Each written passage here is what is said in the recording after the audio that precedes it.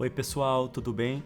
Eu sou o Felipe Romano, da Gastroenterologia Veterinária, e a convite da Royal Canin, nesse tour de palestras e episódios da Jornada do Conhecimento, venho de novo falar contigo sobre um assunto muito importante. Então agradeço a oportunidade e convido você a acompanhar vários episódios. Então agora nós vamos para antibióticos e disbiose. É um assunto amplo, eu falo bastante, todo mundo me conhece, então é um grande desafio. Vamos em frente. Bom, conceitos que eu vou precisar deles para pedir emprestado e seguir em frente com você. Devagar. Microbiota é a população de micro-organismos que vive numa situação de harmonia, de tranquilidade e trazendo muito mais benefícios do que problemas em um determinado sistema orgânico. Nós vamos falar aqui, obviamente, da microbiota intestinal. Ok.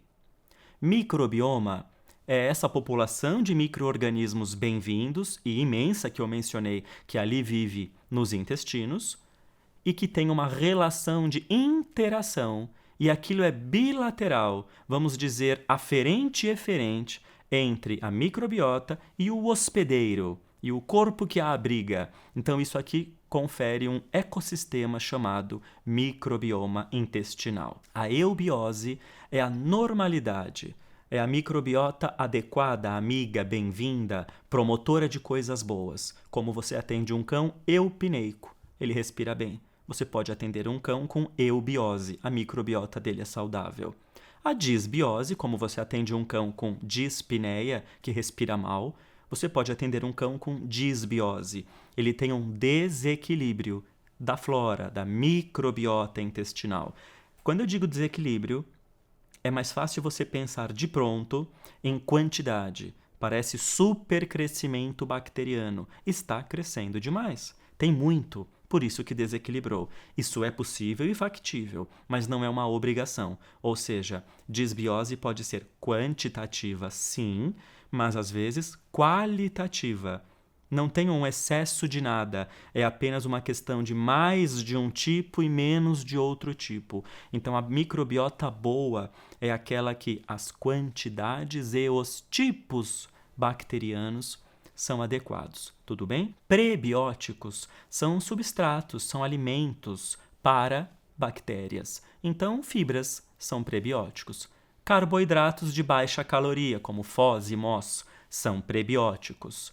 Tudo isso vai nutrir, sustentar bactérias. Probióticos são as próprias bactérias, onde eu coloco ela numa forma farmacêutica, um pó, uma cápsula, uma pasta oral, um comprimido, não importa. Eu coloco bactérias vivas, viáveis, em uma forma farmacêutica e administrando aquilo por via oral, eu imagino que ela vai chegar nos intestinos e povoar, colonizar de uma forma positiva uma microbiota. Então, prebiótico, comida de bactéria. Probiótico, bactérias em si, ok? Lembrando que a microbiota chamada materna é aquela que existe nos primeiros 30 dias de vida do cão. Ou seja, eu estou falando que, seja pela vagina da mãe, seja por outras influências da situação de ninho. Ninho é aquela primeira ambiência que o filhote, que o neonato vai interagir, é claro. Nós temos uma primeira microbiota. E claro que essa microbiota vai ser substituída com a mudança da alimentação materna, no sentido do leite, porque somos todos mamíferos e o cão e o gato também são. Então agora vai ter uma outra fonte alimentar e essa mudança de alimentação com mudança de ambiente vão caracterizar a mudança da microbiota. E quando a gente fala de bactérias mais comuns do trato gastrointestinal de cães e de gatos, eu preciso entender o que é o normal para escolher um bom probiótico. O bom probiótico é aquele que é parecido com o normal, com o desejado, com o bacana.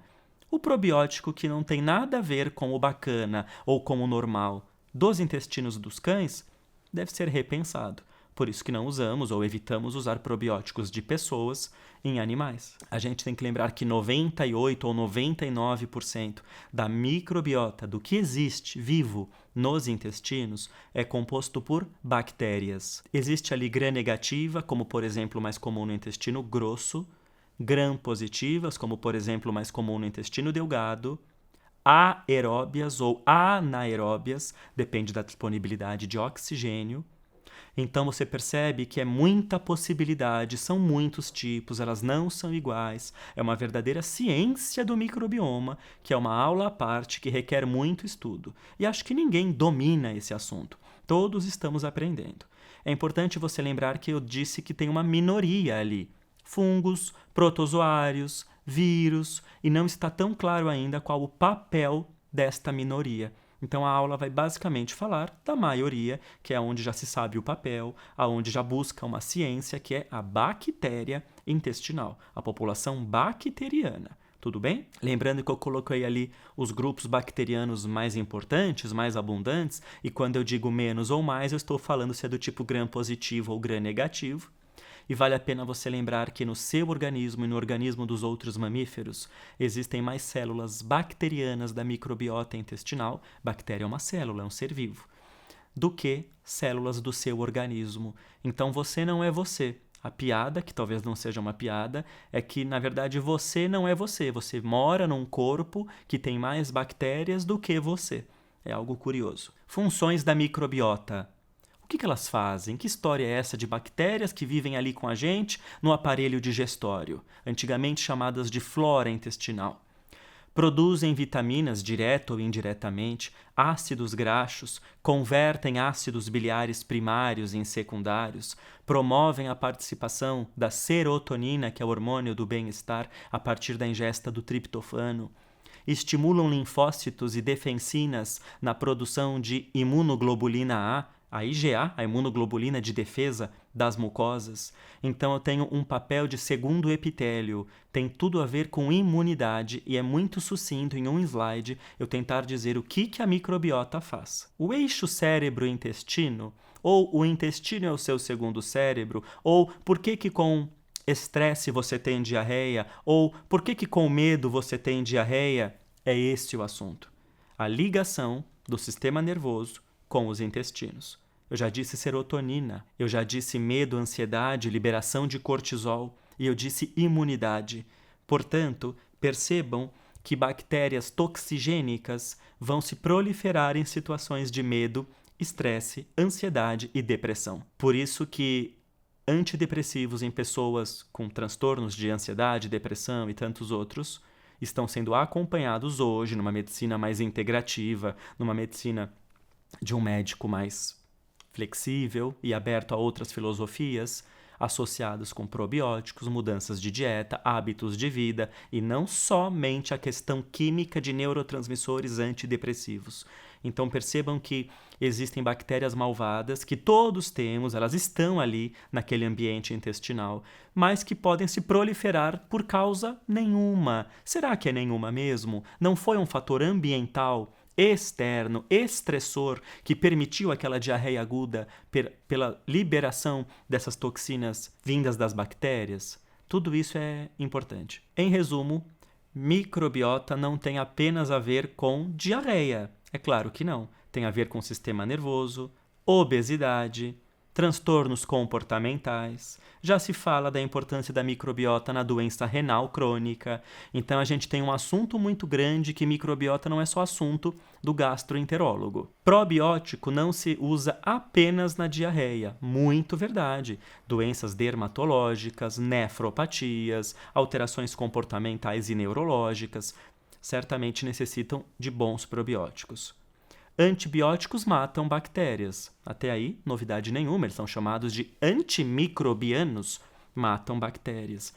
Mas eles matam a custo de seleção bacteriana, ou seja, não é esterilização, é antibiótico. Sempre vai restar alguém, sempre vai sobrar algum grupo, e esse grupo que sobrou agora encontra um intestino mais vazio, mais à vontade e vai se proliferar em detrimento de outras que morreram no antibiótico. Portanto, o antibiótico, que eu sei que pode parecer confuso, mas o antibiótico que nós usamos em casos de supercrescimento bacteriano e algumas diarreias, ele também causa desbiose, porque embora naquele momento ele diminua a carga bacteriana pelas razões óbvias, ele é feito para isso, ele é um antimicrobiano, e vai diminuir a inflamação e, portanto, clinicamente ele pode sim melhorar o score fecal, ele também causa uma memória, uma sequela, um dano naquela casa toda, que é a seleção bacteriana, a disbiose.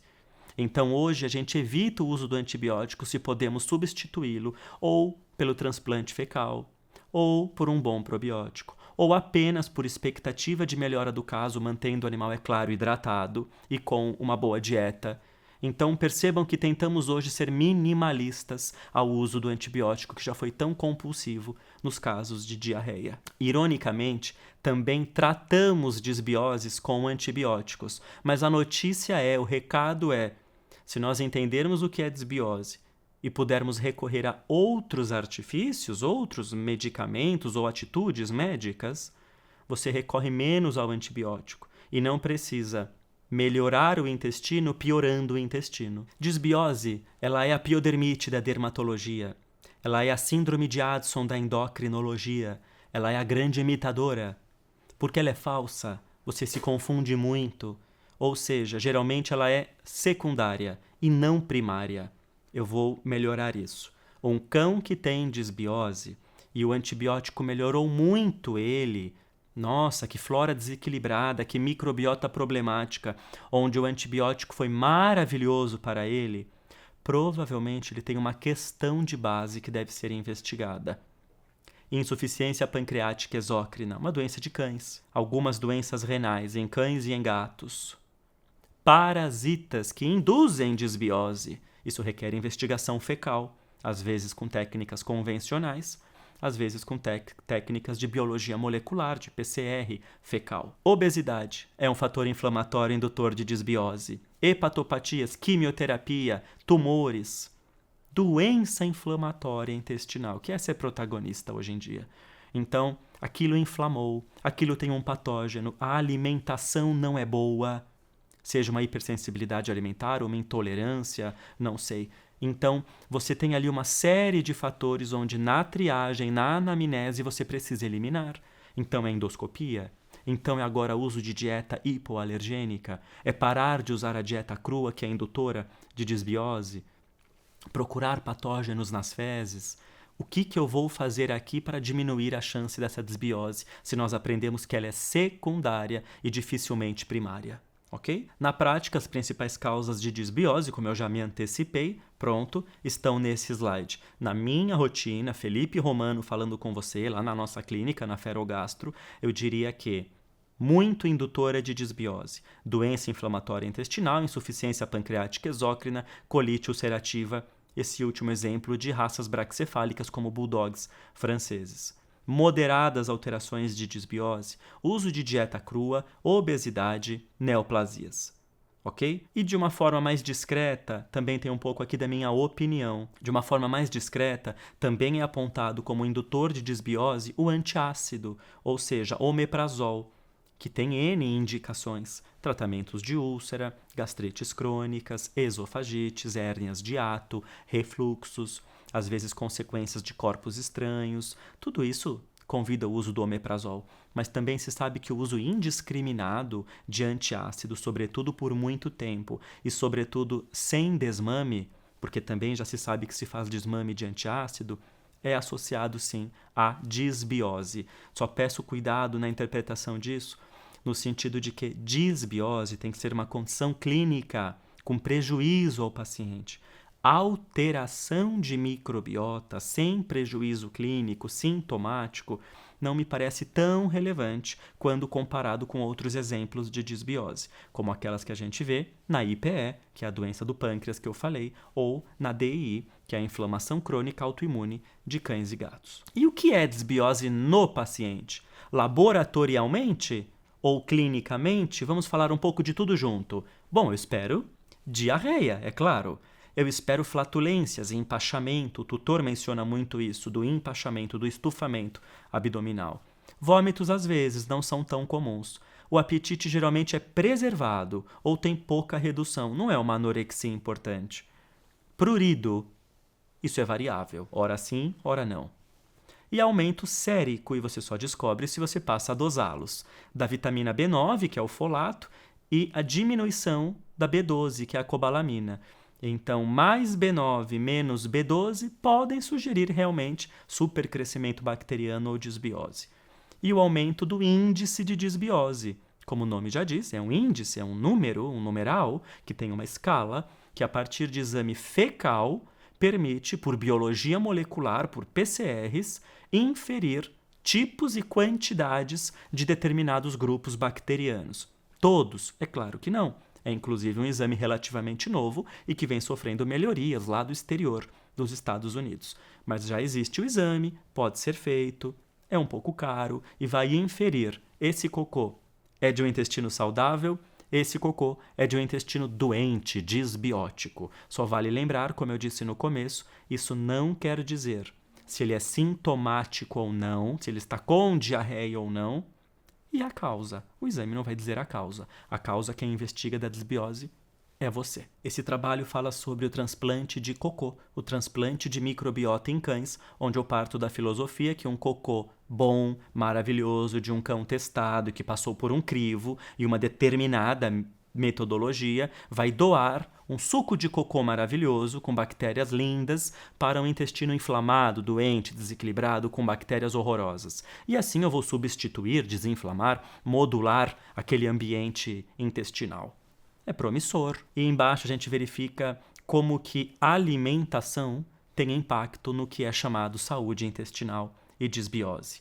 Então, você é o que você come, isso é ponto pacífico. E mudar a alimentação muda radicalmente a sua microbiota, para o bem e para o mal. A gente verifica mais um trabalho falando sobre os benefícios dos prebióticos, substrato para bactérias. E é interessante conhecer qual substrato alimenta tal bactéria, porque assim eu vou crescer a tal bactéria que produz, por exemplo, antioxidantes, que produz, por exemplo, inibição de bactérias toxigênicas. Então, Clostridium iranones é uma bactéria do gênero Clostridium, que ao contrário do que a gente pode ter em mente de bactérias Clostridium, como Difficile ou Perfringens, que são malvadas, a Iranones é uma espécie bem-vinda, desejada e que é antitoxigênica. Ela inibe bactérias malvadas.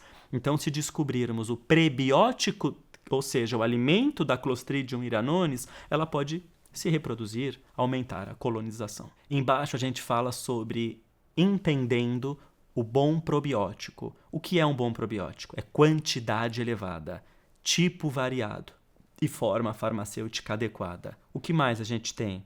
O não valor da cultura fecal. Não se faz cultura de cocô.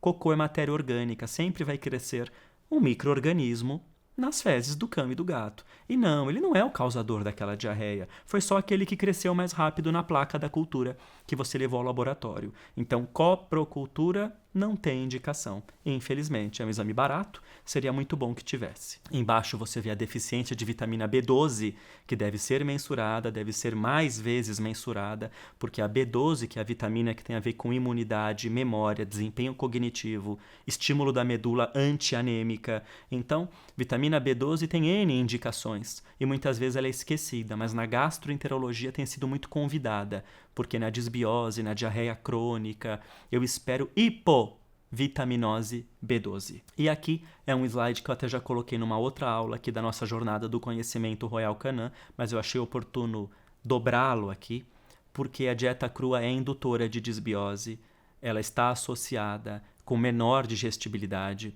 ela está associada com maior risco de zoonoses para a família e ela não é considerada acadêmica. Os cães não são mais aqueles lobos, a sua genética mudou e dezenas de milhares de anos de domesticação mudou o seu aspecto rudimentar ou resistente. Então aquela filosofia bem básica, quase pueril, imatura, de que na ancestralidade um cão é um lobo, me parece muito rasa, falta estudo e a gente vê quantos trabalhos sendo publicados em revistas de peso internacional sobre os riscos da alimentação crua.